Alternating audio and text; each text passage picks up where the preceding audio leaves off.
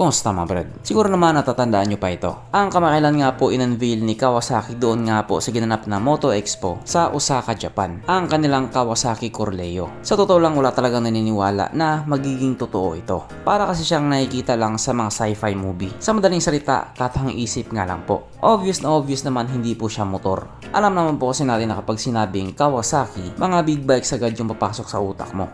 Pero sa kaso nga po nito, hindi po siya ganon. Ayon nga po sa kanila, itong Kawasaki Corleo po ay 150cc hydrogen engine na isa nga pong robot. Ayon nga po sa kanila, goodbye na daw sa mga adventure bike or adventure scooter at maging ng mga trail bike. Ito na daw kasi yung future. Sa totoo lang medyo nakakapanibago nga po talaga. Hanggang ngayon marami pa rin ang mga tanong na hindi pa masagot-sagot. Ang daming mga what if. Kaya marami nga po ang nagsasabing hanggang dyan lang yan, hanggang prototype lang yan. Pero ayon nga po sa mga bali-balita ngayon, nag-umpisa na di umano yung production niya. Pero hindi pa ito mass production. Kasi sa ngayon nga po, limitado pa lang daw siya.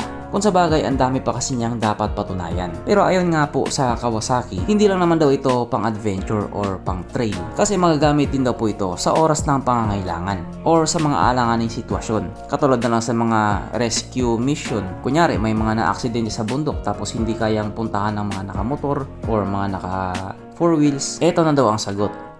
Ang kabayong robot. Tsaka sa ngayon nga po, hindi lang na po yung Kawasaki yung gumagawa ng ganito. Meron na rin po sa China, pero mga asong robot naman yung sa kanila. Na ginawa nga po nila para pang sabak daw sa giyera, kung sakali. Kaya sa panahon nga po na ito, hindi talaga imposible yung mga ganitong klaseng mga bagay. Napaka-high-tech na kasi ng panahon ngayon. Nandito na po kasi tayo sa era ng Artificial Intelligence or AI nga po. Ultimo nga po yung mga kanta, mga AI na. Kaya hindi talaga imposible. At ayon nga po sa mga balibalita, baka daw katapusan ng 2027, magiging available na ito. Pero limitado lang muna. At yan nga po ang aabangan natin. Ikaw Brad, kung sakaling ilabas yan, trip mo ba?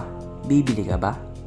Or kung may pambili ka ba? Baka naman mamaya against na against ka dyan tapos wala ka naman palang pambili. Eh di marami na tayo.